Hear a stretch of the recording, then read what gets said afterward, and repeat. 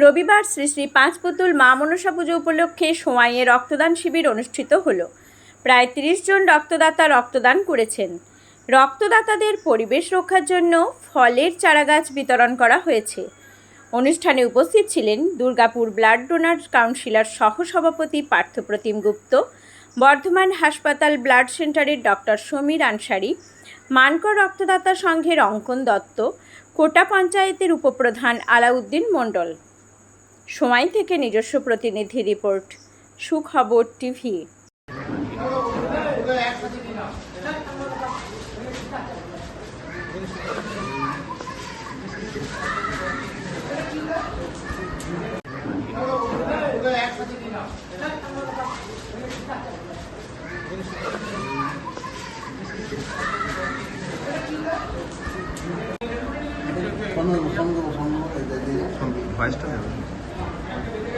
সোয়াই শ্রী শ্রী মা মনসা পাঁচপুতুল পুজো 17ই সেপ্টেম্বর শুরু হবে।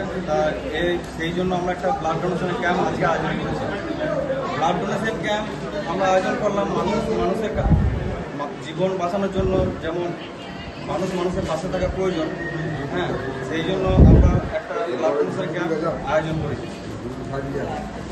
আর তার সঙ্গে সঙ্গে আমরা একটা করে গাছও প্রত্যেকটা যারা রক্তদান করেছেন তাদের হাতে তুলে দিচ্ছি।